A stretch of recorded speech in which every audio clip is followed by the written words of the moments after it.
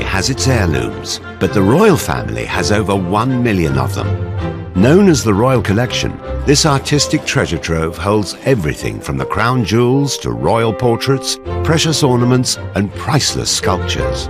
The Royal Collection is the biggest private art collection in the world. It really has an unbelievable amount of objects. It's the world's highest quality grab bag into which you can dive and find practically anything. The Royal Collection is estimated to be worth £10 billion. The Royal Collection is the envy really of the world, and certainly the envy of the art collecting world, because it is so unique. And behind every painting, jewel and work of art lies an extraordinary story. Tonight, we reveal the secrets of the Queen's art collection. The spy at the centre of royal power. How do you feel about being called a traitor now? I can't deny it. The alleged art fraud. This was a staggeringly embarrassing incident for Prince Charles and for the royal family.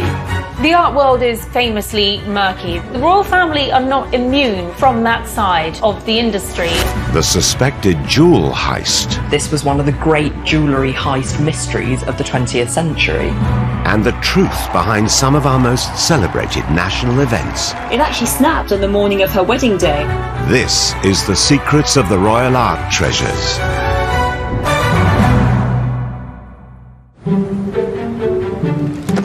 Behind palace doors, largely hidden from view, lies one of the royal family's most magnificent assets, the Royal Collection.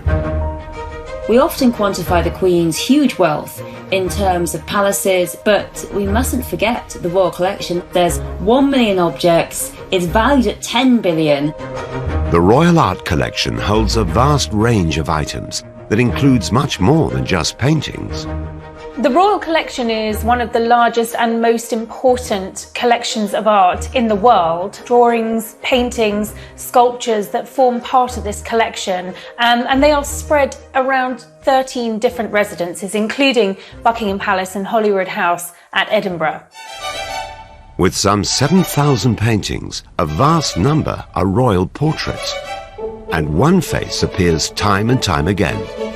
Our Queen, Elizabeth II. More than 100 artists have painted the Queen, of course, but very often the occasion for a portrait, whether painted or photographic, has been some memorable occasion. Right through from the coronation through to the Queen's 80th birthday to the Great Jubilees. By sitting for a portrait, the Queen is making herself accessible to the public. So I think it is another way of the monarch communicating to her subjects. I here present unto you Queen Elizabeth, your undoubted Queen. One of the most iconic of these images captures her on the day of her coronation in 1953. The photo was taken by renowned society photographer Cecil Beaton. It looks as though the Queen is sitting in the Lady Chapel at Westminster Abbey, but actually this portrait was staged in the throne room at Buckingham Palace using a photograph of Westminster Abbey as a backdrop.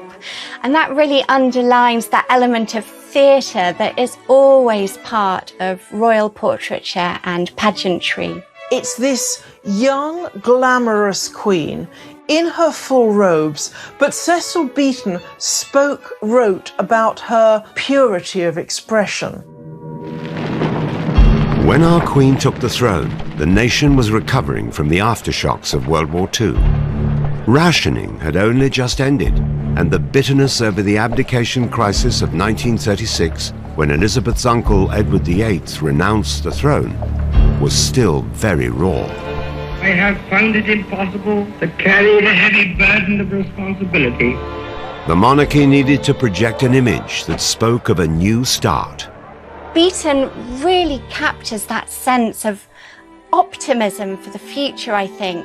There's also a sense of her steadfast gaze out of the frame of the picture, looking towards the future. Cecil Beaton's iconic photo was a masterclass in royal PR.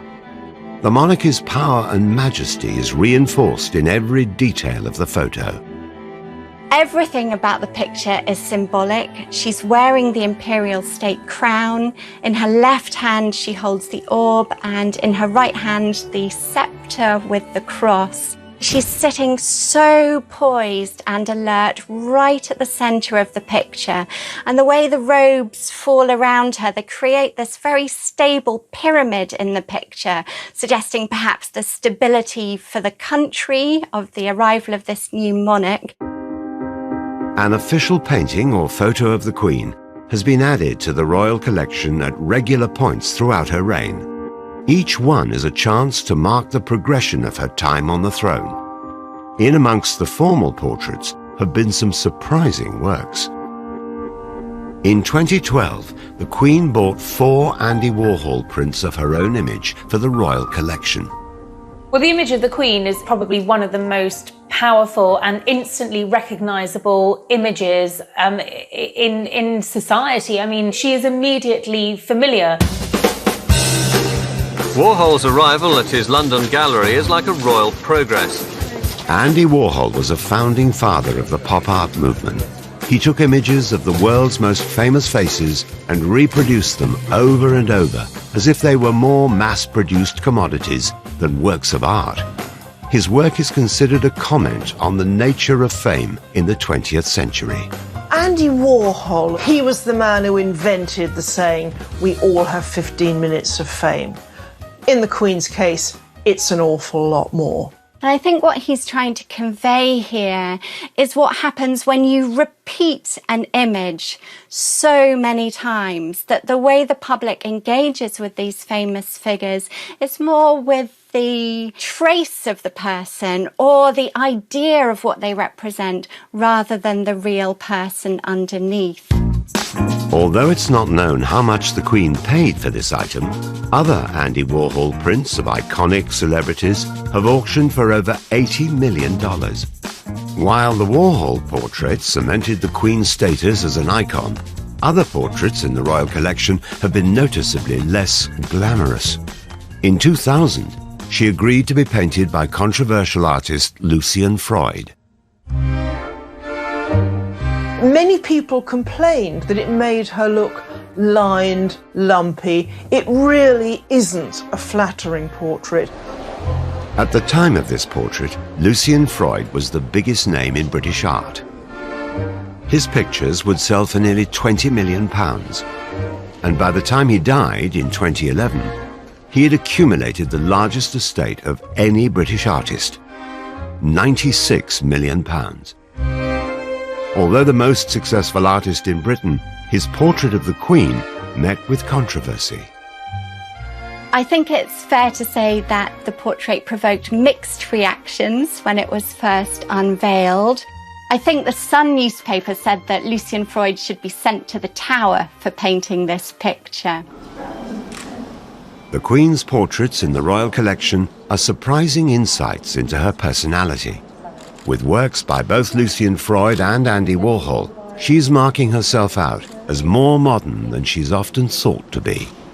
I think it's very interesting that she wished to connect herself with this absolutely avant-garde, cutting-edge artist, and being very wily and astute at realising that these artists have a lot of pulling power, and that if she is represented by them, she shows herself to be a modern woman in touch with cultural and artistic values of the day.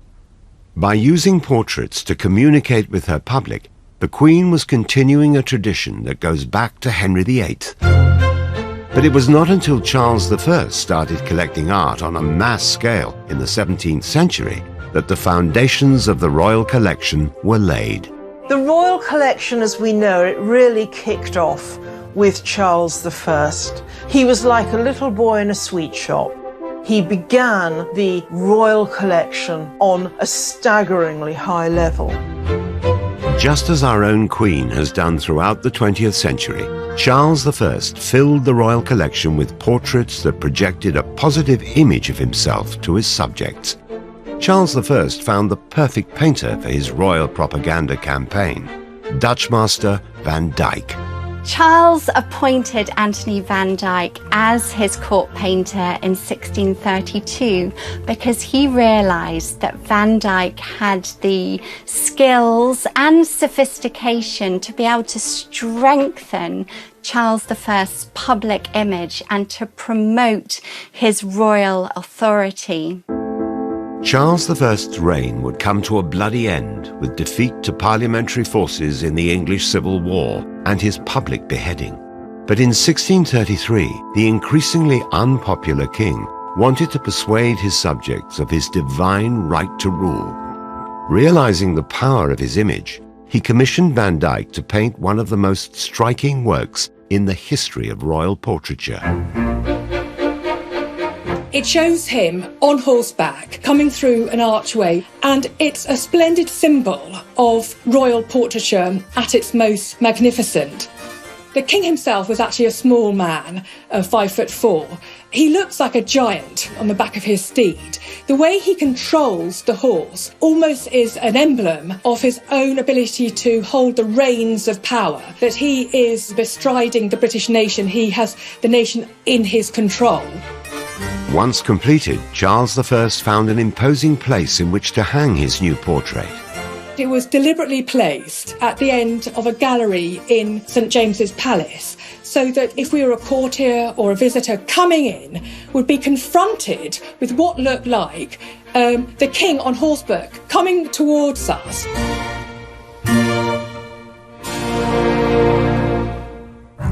Like those who went before her, our Queen continues to connect with the British public through the images she commissions of herself. But the Royal Collection not only holds paintings, it also boasts some of the most famous and valuable jewels in the world. And when the Queen really wants to dazzle her public, nothing brings a sparkle to the royal family like the crown jewels.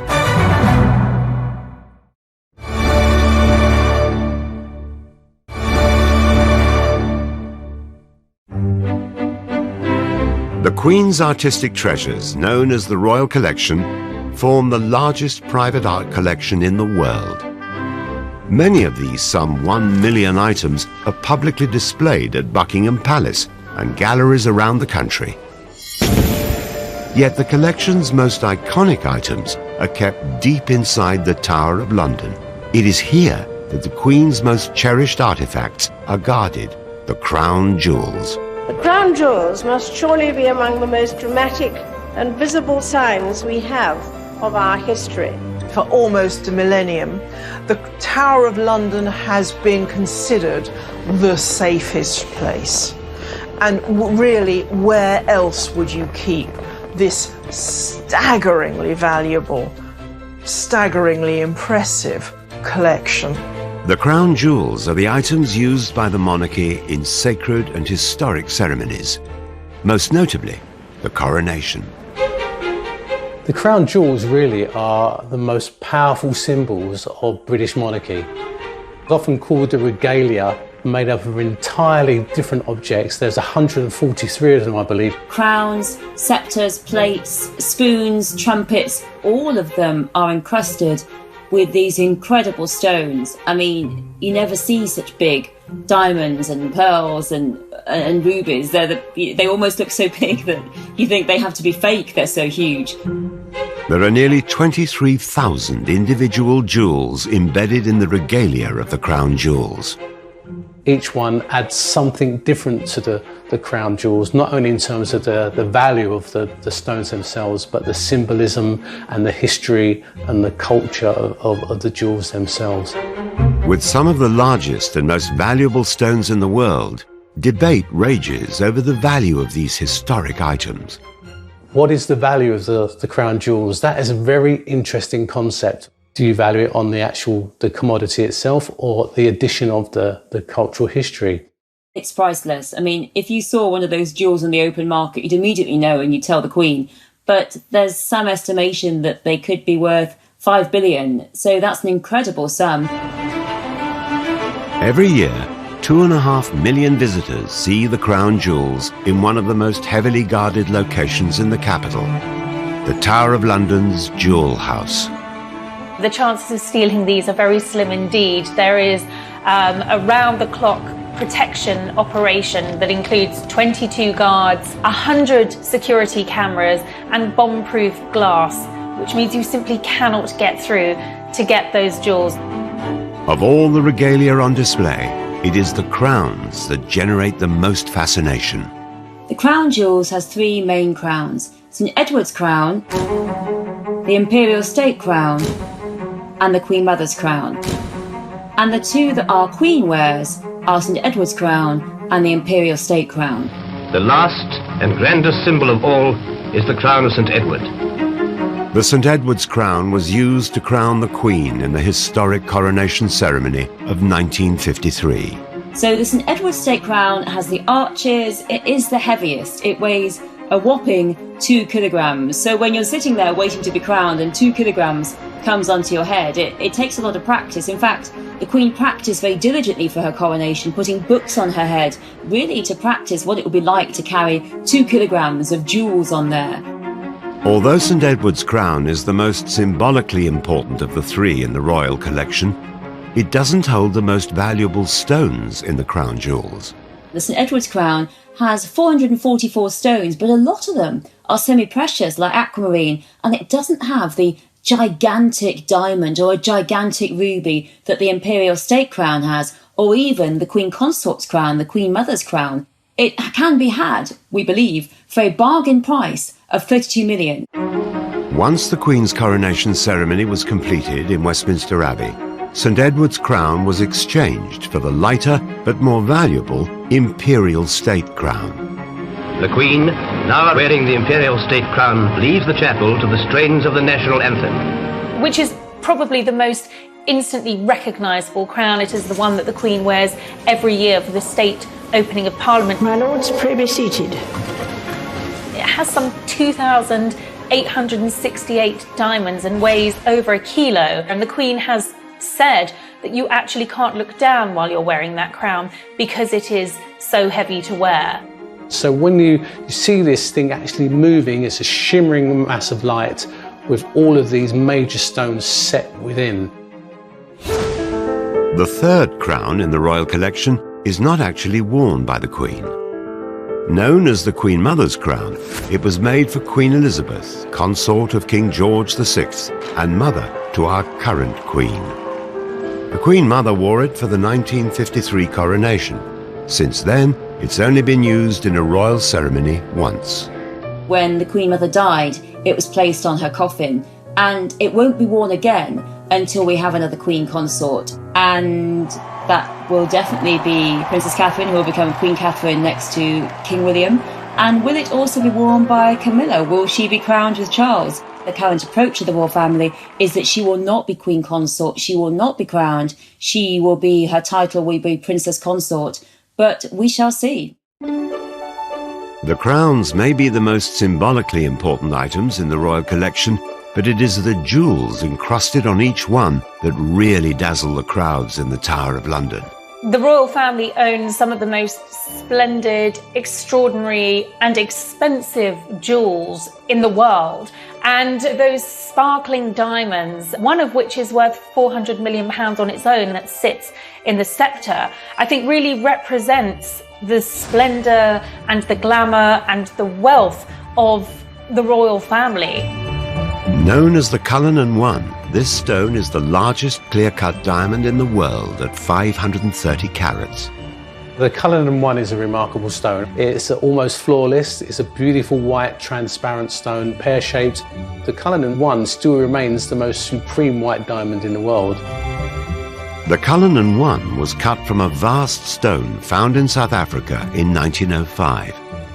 This diamond, the largest ever found, yielded 3 other jewels, the Cullinan II at 317 carats, found in the Imperial State Crown, and the Cullinan III and IV, turned into brooches. While the Cullinan I is the most expensive diamond in the world, according to experts, the true value of the 4 Cullinans lies elsewhere. I think the real value lies in how they're tied with British history and how they have shaped our history and our culture. And so I think it'd be a very difficult thing to actually value. Although each jewel holds a unique story, many have controversial provenance. The Koh-i-Noor diamond that sits in the Queen Mother's crown has a particularly checkered history. Although its origins are unknown, it was in the possession of rulers based in South and West Asia before coming into Queen Victoria's possession in 1849, when the British East India Company defeated the Sikh Empire in Punjab. It's very strongly felt that it was not bought and not obtained fairly. It was obtained under the force and oppression of empire. And therefore, the governments of India, Afghanistan, Pakistan and Iran have claimed it and said it is theirs. And so far, the British government have refused to give it back and said it belongs here. Unlike the Koh-i-Noor, the discovery of the Cullinan is very well documented. It was found at the Premier Mine, owned by South African mining magnate Thomas Cullinan. This was probably the greatest historical find of any gemstone in the whole world. A worker was looking at the surface dumps and found glinting in the wall this huge crystal. Took this out of a pocket knife, took it up to the mine office and weighed it and studied it, and they had in their hands the largest diamond ever found at 3,106 carats. Absolutely incredible. Preparations were made for the stone to be transported to Britain, where Thomas Cullinan's agents would put it on sale. And then once it was going to be shipped by boats to England, a replica was made, and the actual real stone itself went via just normal post, in the post, and the actual replica went in a special armed guard as a decoy stone. The stone went on sale, but due to its high price tag, remained unsold after 2 years. It was eventually purchased by a South African politician and gifted to King Edward VII in 1907 as a symbol of unity after the Boer War. The stone was then transported by train to Sandringham. It had its own first-class carriage with the Royal Detectives. The head of Scotland Yard took it to King Edward VII, and the rough stone was gifted to him on his 66th birthday. With the largest rough diamond in history at his disposal, the king now had to decide how to cut it. Diamonds are very strong, and so they had to find a person who would, be very careful and not damage the stone in any way. And so the great company, the celebrated company Ashers of Amsterdam, were appointed to cut this stone. And so they came to London, they studied the stone for a week to find out how to cut this thing. And remember, this stone is fist size, it's as big as my fist. Joseph Asher was ready to cleave the stone. He lined it up, he put the chisel in the top, smacked it with the hammer to break it, and the chisel broke. After another attempt, the stone was cleaved into 4 separate diamonds. The 4 Cullinan jewels are now the showpieces in the crown jewels. But beyond the items in the Tower of London, the royal collection is rich in other priceless regalia that bestow splendour and authority on whoever wears them. As well as the jewels and the crowns in the royal collection, which bring incredible visual splendour to the royal family, coronets are also very, very important. They are essentially smaller crowns. And I think probably the most famous coronet is the one that was used for the Prince of Wales's investiture. The coronet for sovereignty.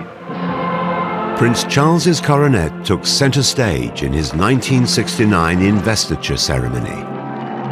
It's incredibly unusual. It's got an orb at the centre of the piece with quite futuristic spikes around it, so it's immediately recognisable.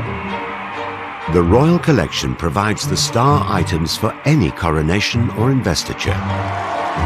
Yet weddings too are given a dash of glamour with treasures from the Queen's personal jewellery box. We're most used to seeing tiaras at royal weddings, but we also see them at state receptions as well. They are usually gifted within the royal family and handed down from one woman to another. So there is that historical link. The tiaras are what we all have in our head when we think of a princess fantasy, Disney style. On her wedding in 1947, the Queen wore the Queen Mary fringe tiara, given to her by her mother. There's actually a great story behind it. in that it snapped. It actually snapped on the morning of her wedding day, and a palace aide had to rush it to the jeweller to mend it and then rush it back. And if you look very closely, you can actually see the break there when it snapped, because these are very delicate items. More recently, in 2018, Meghan Markle wowed the crowds at her wedding when she wore the Queen Mary Diamond Bandeau tiara. But it was reported later that the tiara generated controversy behind palace doors. Meghan had actually set her sights on another tiara from the royal collection, which wasn't deemed suitable because it allegedly had stones from Russia, which wouldn't have been suitable for a royal wedding. It has been speculated that Meghan's first choice was the Vladimir tiara, an item thought to have joined the royal collection after the Russian Revolution in 1917. Encrusted with emeralds rather than the more common diamonds, it could have been an unusual choice for a wedding tiara. So she was strongly urged to go for her second choice, and she did look beautiful in it on her wedding day, but the story is that there were tears and tantrums behind the scenes because Meghan didn't get the tiara that she wanted. Tiaras, like the crowns and the coronets, are the epitome of royal glamour and historic symbolism. But the extraordinary riches held by our monarchy are not only used to dazzle the public, because when Great Britain really wants to impress a visiting dignitary, there is nothing more thrilling than the treasures of the royal collection.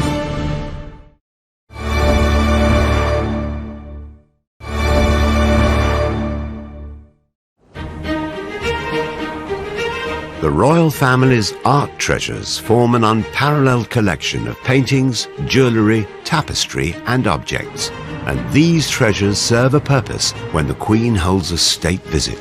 The Queen normally hosts about 2 state visits every year. A president or a king or a queen comes from a different country, and a very central moment of this is when the Queen takes the head of state on a personal tour of the royal collections, and they will see the treasures, and they very often are shown various items that refer to their country. The director of the Royal Collection will draw up a list in conjunction with the librarian who's based at Windsor Castle, and they will then draw up a list, pass it on to the Queen, discuss with the Queen, because obviously you don't want a vast array of items, but enough to whet the appetite of the visitor, just to give them an idea of what the Royal Collection has and what it's all about. When the Obamas came to visit, they were shown a first edition of the book, Birds of America, which I think the value on the open market was something like £11 million. They were shown a first edition of Harriet Beecher Stowe's Uncle Tom Cabin, signed by the author, which, has particular relevance for the first black president. And the Queen, apparently, she herself is very up on the artifacts around the paintings at Windsor. She, after dinner, will often take visitors on a tour, telling them exactly what they're looking at. A state visitor is not only shown the treasures of the collection, but they'll also get to eat from one of its finest items. A state banquet is a glittering occasion, and a lot of that is due to the incredible dinner service. And this is George IV's dinner service. It's silver and gilt, and it's just gigantic. 4,000 items. Took 25 years to assemble. And when the full banqueting table is unleashed, it can seat 160 guests. It's not a dinner service as you might imagine. The items don't all match, but there are masses of them. There's candelabra to act as centerpieces on the table. There's the cutlery and the silver gilt plate. It takes 3 days to lay the table. The service includes soup tureens, salt cellars, and even its own set of butter molds, and is the legacy of George IV in the 19th century. George IV was a great spendthrift. He didn't care whose money it was as long as it wasn't his. The government were concerned that there was no heir, and they felt that he should get married and produce an heir. And he kind of blackmailed the government because he was in such debt. He said, "Okay, I'll get married, but you've got to pay my debts first." So the government paid his debts, he got married, he didn't like his wife, and he went back on a spending spree again. And a lot of what we see in the Royal Collection today is as a result of George IV's spending spree. A state dinner takes 4 months to prepare and is ultimately overseen by the Queen. The state visit is very important to the United Kingdom because it's about relations, it's political relations, diplomatic relations, and hopefully trade relations. And the Queen really does put on a tremendous show. And because she puts on a tremendous show, because there she is, she's head of state of the UK, and she will go and inspect it a couple of hours before the dinner actually takes place. If something is out of place, she'll say it's out of place, and she has a very keen eye for perfection. And after dinner, the Queen has also been known to give her guests a guided tour of some of the old masters that hang in the palaces. The Queen knows more about every item than any tour guide. But I don't know if we really have the feeling that she has a huge personal interest in art, except perhaps as it shows horses. What sort of art does the Queen like? Well, I suppose first coming to mind are horses. Yes, she loves horses, she loves dogs, she likes people as well, and not necessarily in that order. The Queen doesn't profess to be an art aficionado or an art historian. It's the old cliché, isn't it? She likes what she likes. Perhaps some of the greatest collectors of more recent times are Queen Victoria and her consort Prince Albert, who added their treasure to the royal collection. I think Victoria and Albert, part of their relationship was entwined through art. So I don't think you can put enough emphasis on the fact that almost art was a glue that forged their love between themselves. So they both loved drawing and etching. They both visited exhibitions together. They both sat for portraits and photographs.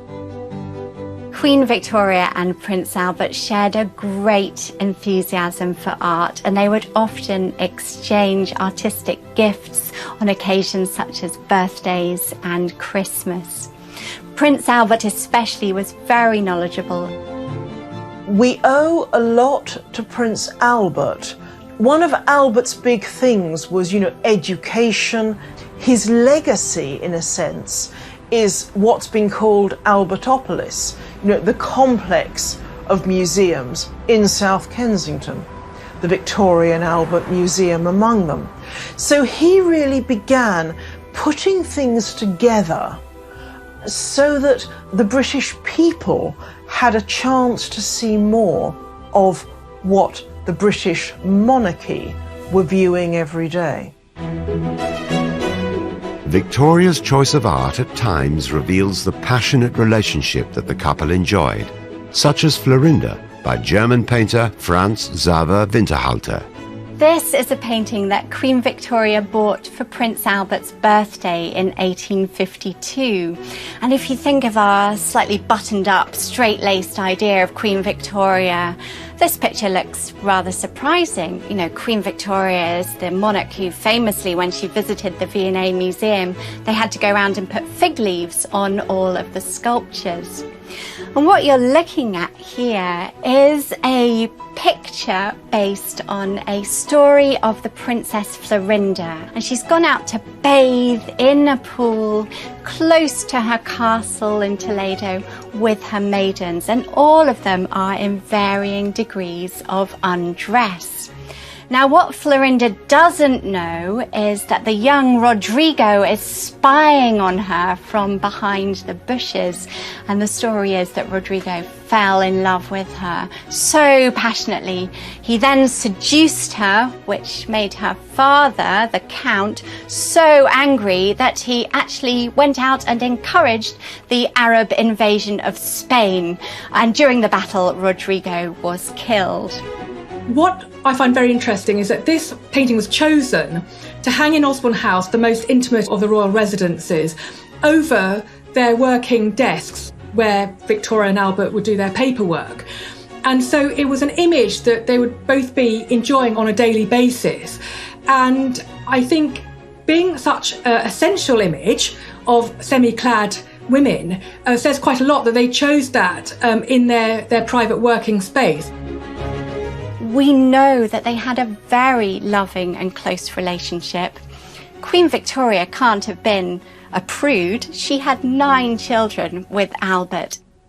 Victoria and Albert always gave each other special Christmas presents. One year, the Queen commissioned Edwin Landseer to paint a portrait of Albert's dog, Eos. Edwin Landseer was Queen Victoria's favourite artist, and he even gave the Queen drawing lessons. He was particularly celebrated for his portrayals of animals. The painting of Albert's dog Eos is a quite distinctive element in the royal collection because it shows this beautiful dog that Albert loved to bits. In a way, it's almost a portrait of Albert because it shows the dog standing by certain items of clothing of the princes, his hat and cane. It also shows elements of Albert's personality because the dog is waiting for his master, he's very affectionate, and these qualities of love and commitment were qualities that obviously he showed to not only his wife but also the British nation. Landseer's paintings have been known to fetch millions on the open market. The value of Eos is doubtlessly increased by the significance it had for Victoria, particularly after Albert's early death from typhoid at the age of only 42, leaving her a widow for the next 40 years. The Royal Collection also holds special mementos of the other great loves in her life, her 9 children. In the collection at Osborne House is a remarkable group of marble sculptures. They're based on plaster casts that were taken from her children as they slept. Queen Victoria kept these marble sculptures in her private apartments at Buckingham Palace.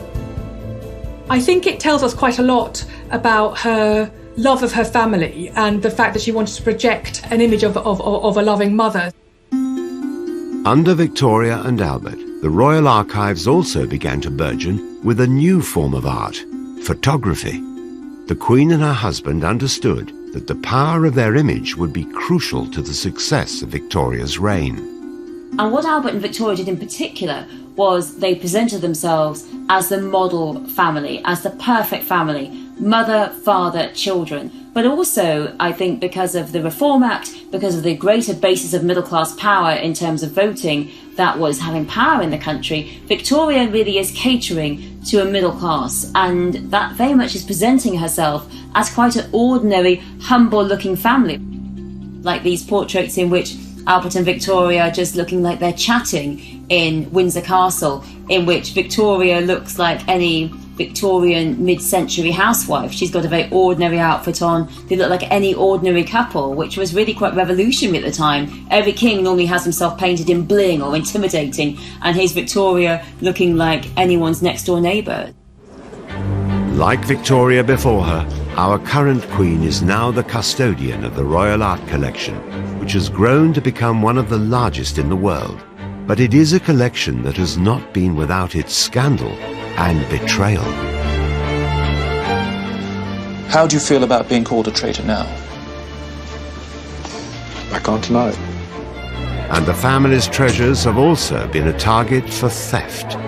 This was one of the great jewellery heist mysteries of the 20th century.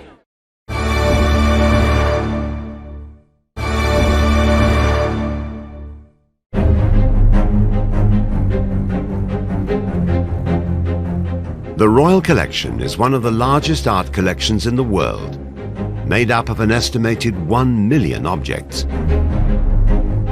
And with a market value of almost £10 billion, it has a global attraction to dealers, curators, and historians. Well, the Royal Collection is vast. It is colossal. You can spend a week describing the Royal Collection. That is how vast it is. But the art world is notorious for scandal, and the Royal Collection is no exception. The art world is famously murky, and the royal family are not immune from that side of the industry. Most recently, Prince Charles came very close to having his fingers burnt when he agreed to take on 17 paintings from billionaire James Stunt, who was the ex-husband of Petra Ecclestone, and he had offered these paintings to the Prince of Wales. They ranged from Picasso's to Dali's, and the Prince of Wales loved them, thought they were fantastic, wrote to James Stunt thanking him for the very kind loan, and actually hung these paintings at Dumfries' house. The paintings were estimated to be worth over £200 million, but their real value turned out to be rather less. The problem was that it turned out that 4 of the 17 paintings were actually fakes. There was a Picasso, in quotes, a Picasso, a Chagall, a Dali, and a Monet water lily painting, which were clearly fakes. So this was a staggeringly embarrassing incident for Prince Charles and for the royal family. The story broke and was even more embarrassing when it was announced that a very famous art forger in America, a man called Tony Tetreault, who still makes copies of paintings today, admitted that he had made these pictures at his kitchen table in California. James Stunt has since denied any wrongdoing and told the media that all his art is genuine. The controversy led Prince Charles to immediately remove all the artwork from Dumfries' house. It's not unusual at all for works to be loaned all over the world, often on long term for many, many years.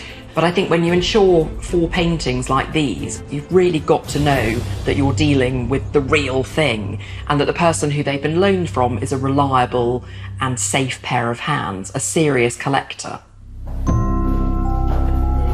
Charles's brush with illegitimate art wasn't the first time that the royal family or their collection of treasures had been dragged into a scandal. Over 80 years ago, Edward VIII was believed to have taken jewels from the royal collection as a gift for his lover, Wallis Simpson. She was a woman who loved jewels, she had wonderful taste in jewels, she had this amazing collection that was worth millions and millions, absolutely incredible collection. I suppose Edward thought it was fine to give jewels to woo Wallis because she'd be the queen, but as it turned out, she wasn't the queen and he had to abdicate his throne. In 1946, the controversial former monarch returned to the UK with his wife for the first time since his infamous abdication. But in mysterious circumstances, all of Wallis Simpson's jewellery, including the jewels from the royal collection, disappeared. They went out for the evening to the theatre, and Wallis Simpson was specifically asked beforehand would she like to pack away her jewels in a strong box, and she said no, it's fine, they're fine as they are. But lo and behold, when they came back that evening, they found that a small box of jewels had been stolen. But the mystery deepened immediately because there was a string of pearls belonging to Queen Alexandra that was found on a local golf course. And immediately there were conspiracy theories all over the place. It really all seemed a bit suspicious. Was it someone in the royal collections trying to steal the jewellery back? Or was it Edward himself trying to do some kind of insurance job? If you're going to steal all that kind of jewellery, you would expect it to be immediately broken down, sold off, not end up in a golf course somewhere. Despite an arrest for the theft being made in 1947, millions of pounds worth of Wallis Simpson's jewellery was never found. This was one of the great jewellery heist mysteries of the 20th century. But the biggest scandal to hit the royal collection wouldn't be fake art or a mysterious disappearance. It would turn out to be the man in charge of the entire collection. After the Second World War had ended, the Queen's father, King George VI, employed art historian Anthony Blunt as surveyor of pictures and in charge of the royal collection. Anthony Blunt does fit in to a long line of royal servants, but those who have been particularly associated with art. He was a great art lover and he really was devoted to the art collection. After Elizabeth succeeded her father to the throne, Anthony Blunt continued in his role, curating and maintaining all of the Queen's art. And in 1956, he was rewarded with a knighthood. He was a very effective and very talented member of staff. What is historically the most interesting? Well, I suppose really the three heads of Charles I, which was executed for Charles I and was to be sent to Rome. But whilst the art Anthony Blunt collected was authentic, his own identity turned out to be illegitimate. What the general public didn't know is that Anthony Blunt had been one of the Cambridge spies during World War II. He was involved in very serious spying, and yet it simply wasn't known. In 1964, MI5 discovered that Anthony Blunt was the fourth Cambridge spy. Alongside Donald Maclean, Guy Burgess, and Kim Philby. Together, they were considered among the biggest traitors in British history. 3 of the spies had already defected to the Soviet Union after their cover was blown. But Blunt managed to keep his identity a secret, even from the British monarchy. Man never had any access to any official secrets or any documents, and all that he had access to was in the Royal Collection. But he was seen as a threat at the time of his exposure.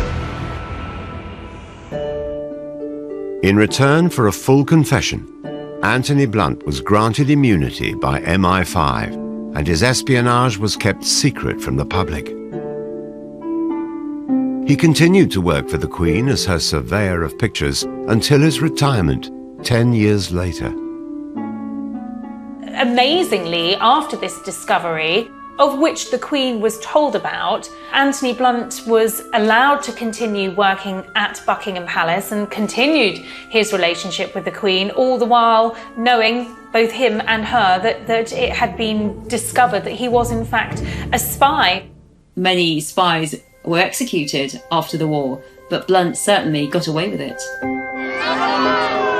The shocking secret remained under wraps until 1979, when Anthony Blunt was exposed by Margaret Thatcher in the House of Commons after she evoked her parliamentary privilege to reveal his true identity.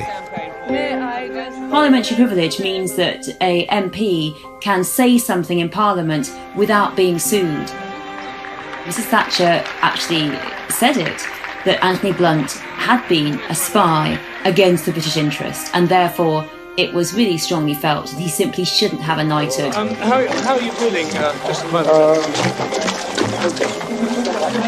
Just turn around. John Cairncross would later be uncovered as the 5th and final member of the spy ring. But the discovery of Anthony Blunt, who had worked for over 20 years alongside the Queen, remains the most shocking. After 1964, you were still working with and for the royal family. How did you reconcile that with the fact that you are a traitor? I felt that I'd been given a job to do, and I felt I could go on doing it for the Royal Collection. When you made your confession, did the Queen know? Well, this is a question again which I would rather not discuss, because my information is, so to speak, if not second-hand, is rather vague.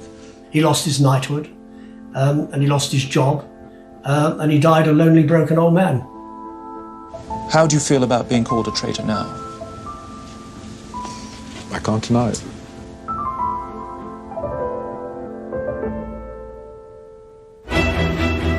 Away from scandal and upset, the Royal Collection remains as popular and fascinating as it did hundreds of years ago. But which of the million pieces of art is the most valuable? And how many more of the collection's treasures are still waiting to be found? There's every possibility that there may be other hidden masterpieces in that collection waiting to be rediscovered.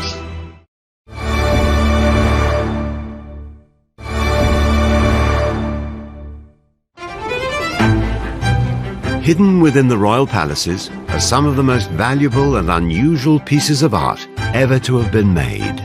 The Royal Collection actually holds one of the most extensive collections of Faberge objects anywhere in the world.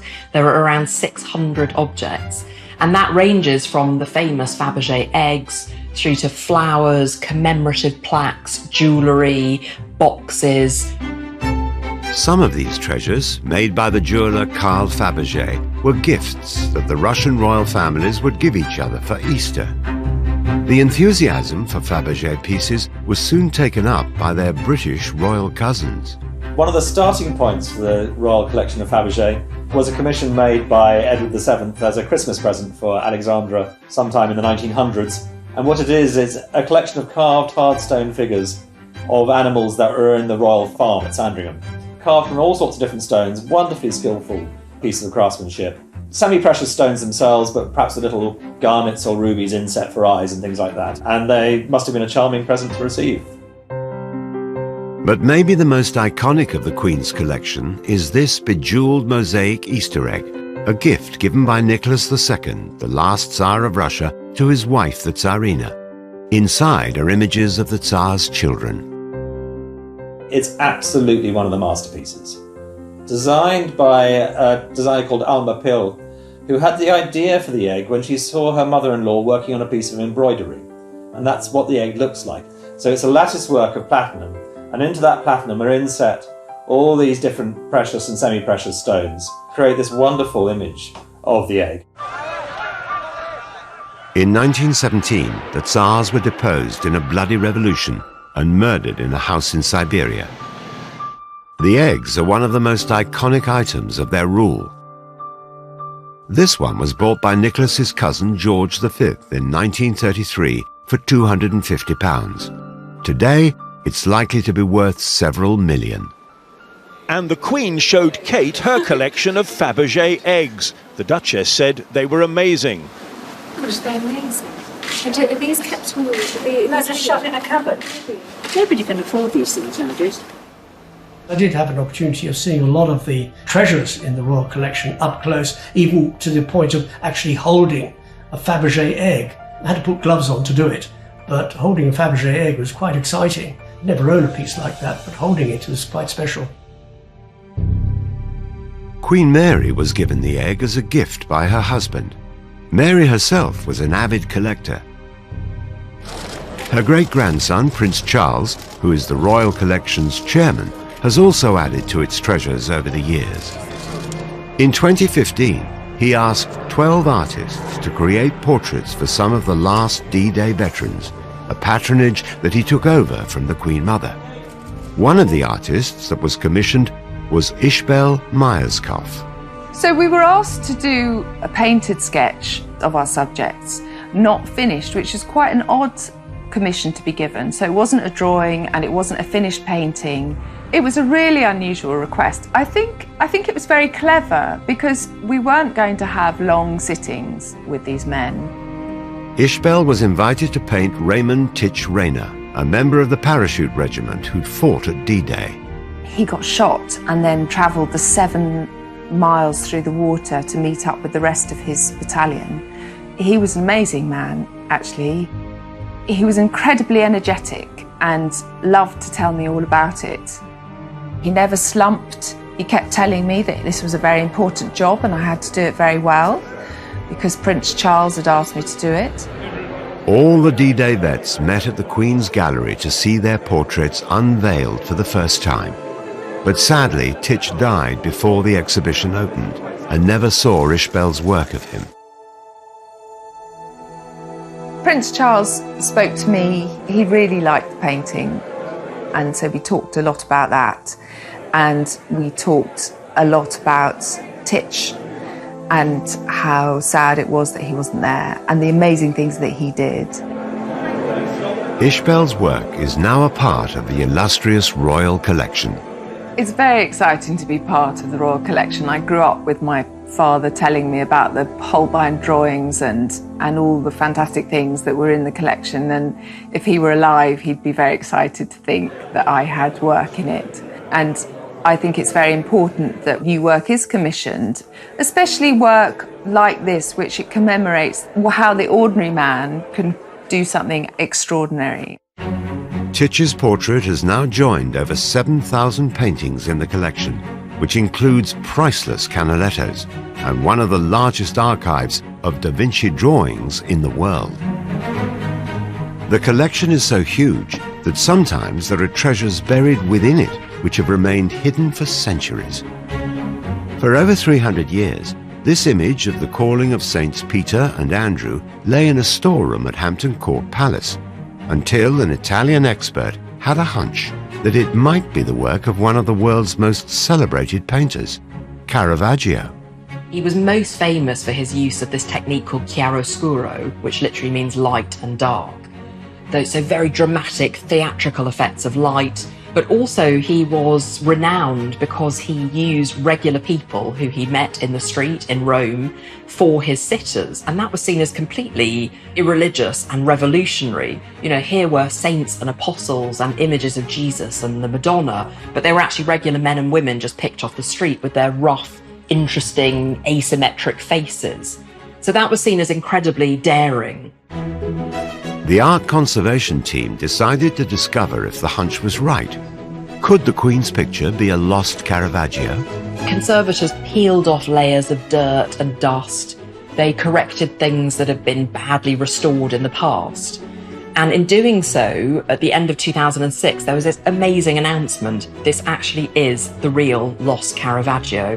And there are a number of ways that they could tell that this was the real painting, connected to Caravaggio's very specific technique. So, for example, he didn't do underdrawings on his paintings. Instead, he scored lines into the first layer of wet paint, usually using the handle of a brush. And then he painted directly on top of that.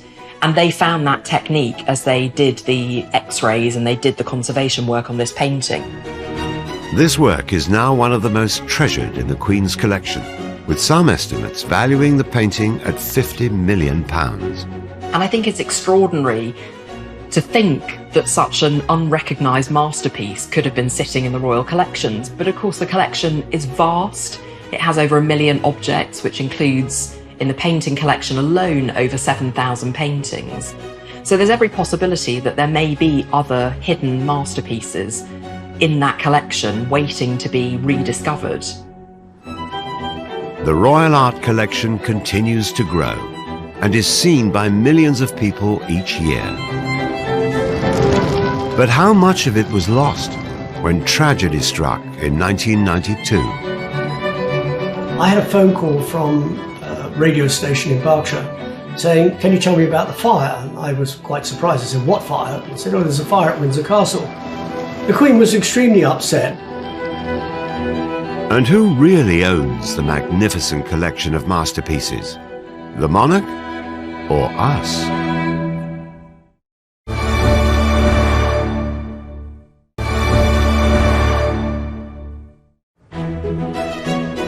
The Royal Collection has grown for almost 400 years, with many of its items on display to the public across the UK.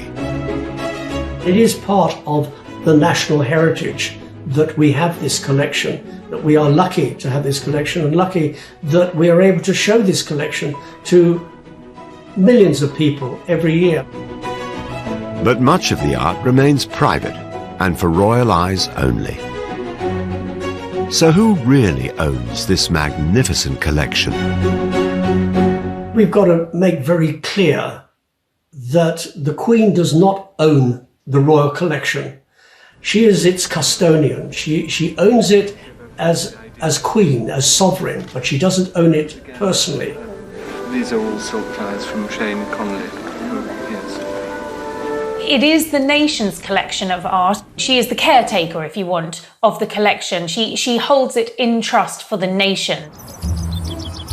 Today, the Royal Collection can be visited at several residences across the UK. But at the start of Queen Elizabeth's reign, the Royal Collection was completely private, despite the British taxpayer funding its upkeep. There was a feeling about the Royal Collection was, well, we're paying for it, why is it all behind closed doors?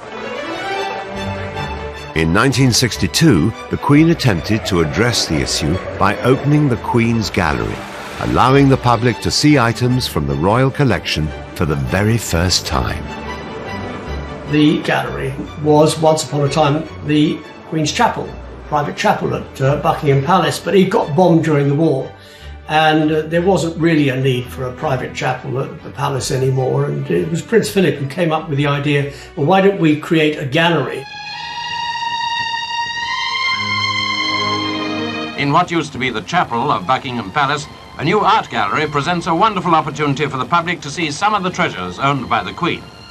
The opening of the Queen's Gallery came at an important moment, the early 60s, when there was a huge awareness that the royals needed to make themselves and their possessions more accessible to people. Rembrandt's Lady with a Fan, acquired by George IV in 1819. One outstanding masterpiece from the collection. This was an opportunity of bringing the royal collection to the masses. A royal portrait to end this glimpse of a truly royal collection. And it's worked so well, and it has grown to what it is today. The Queen took further steps to connect the royal collection and the public, but only after disaster struck in 1992. I was actually in my office at Buckingham Palace, in the press office, and I had a phone call from a radio station in Berkshire saying, can you tell me about the fire? And I was quite surprised. I said, what fire? And they said, oh, there's a fire at Windsor Castle. The Queen's favoured residence had been engulfed in flames after a faulty spotlight ignited a curtain. The Queen was extremely upset. Windsor has a great attachment to the Queen. I suppose it's the biggest attachment she has after Balmoral Castle in Scotland. 115 rooms in Windsor Castle succumbed to the tragic blaze, which continued long into the night. But miraculously, only 2 works of art from the royal collection were lost in the fire.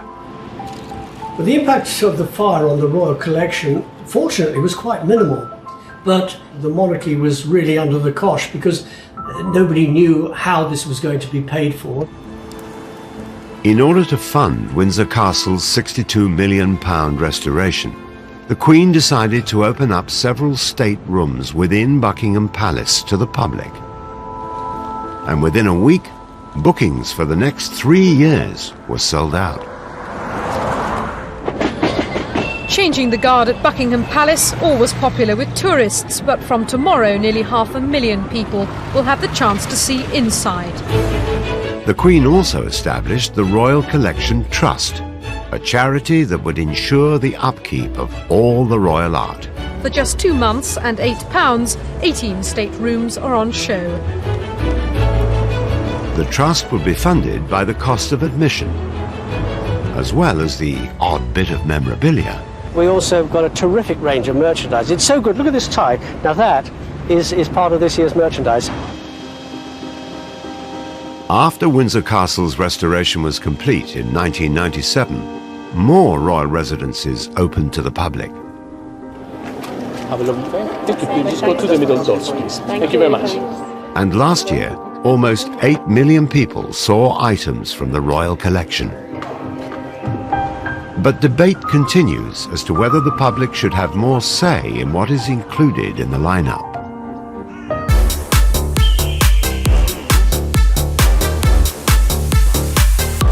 Đi khám da liễu về, bác sĩ bảo có phải trong tim không nhỉ? Tim không nhỉ? Tim không nhỉ? Tim không nhỉ?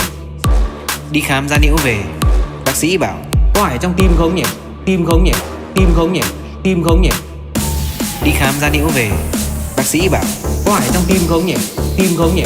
Tim không nhỉ? Tim không nhỉ? Nhỉ nhỉ nhỉ nhỉ nhỉ nhỉ nhỉ nhỉ nhỉ nhỉ nhỉ nhỉ nhỉ nhỉ. Có phải trong tim không nhỉ? Có phải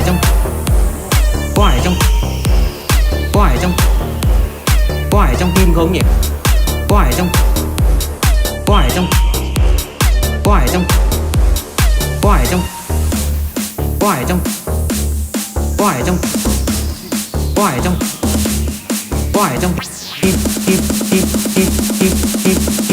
There's always been a very delicate balance between monarchy and public, because the monarchy is one thing and the public is something else. And yes, there are those who say that it should be joined up, but how joined up should it be? The Queen has the final say in terms of what is curated for the royal collection, what goes on display, and where, of course, these priceless pieces of art are displayed. The royal collection has always been added to by living monarchs particularly, and other members of the royal family, and that goes all the way back to Charles I. I think it's interesting too that living monarchs now and members of the royal family continue to commission into the collection. Prince Charles particularly, who's always had a great love of art and architecture, has commissioned a number of works. Come and inhabit these portraits. She's very good. She's brilliant. I think that really reiterates the point that the royal collection is a living, breathing collection. It continues to grow and flourish today. But with an already slimmed-down monarchy and an eventual changing of the guard, what does the future hold for the royal collection? I'm not sure that any modern royals are collectors in quite the way that some of their predecessors have been. Prince William started out studying art history, but art history is one field. The future of art is another. It is too early, perhaps, to know how he'll feel able to add to the royal collection. Perhaps the Duchess's interest in photography gives some clue as to a way ahead. The Duchess of Cambridge, herself an art history graduate from St Andrews University, is an accomplished photographer. The first time that the world saw Princess Charlotte up close with her brother Prince George was when her mother released these photos. The shots, I think, by a photographer could be quite formal, and she wants to have much more sort of action shots, much more intimate shots, and really I think that's very much her way of giving out this vision of the family, vision of her family, which it is one of happy lives of the children, and they are living a comparatively ordinary life. At the end of the day, they're being photographed by their mother, and that really comes across in the pictures, which are very candid, very natural, and very beautiful. Could Kate's passions and values be key to the future of the Royal Art Collection? Kate has used her royal position to really put the spotlight on art and photography. She's the patron of the National Portrait Gallery, and quite recently she's launched an exhibition called Hold Still, and she has asked members of the public to submit photographs capturing their private lockdown moments. And in doing that, she's really using that spotlight that she has got to put it onto an issue that she cares about, something that she feels is important. The art world, the whole concept of where art lies, is changing immensely. So who knows what the future of the Royal Collection will be.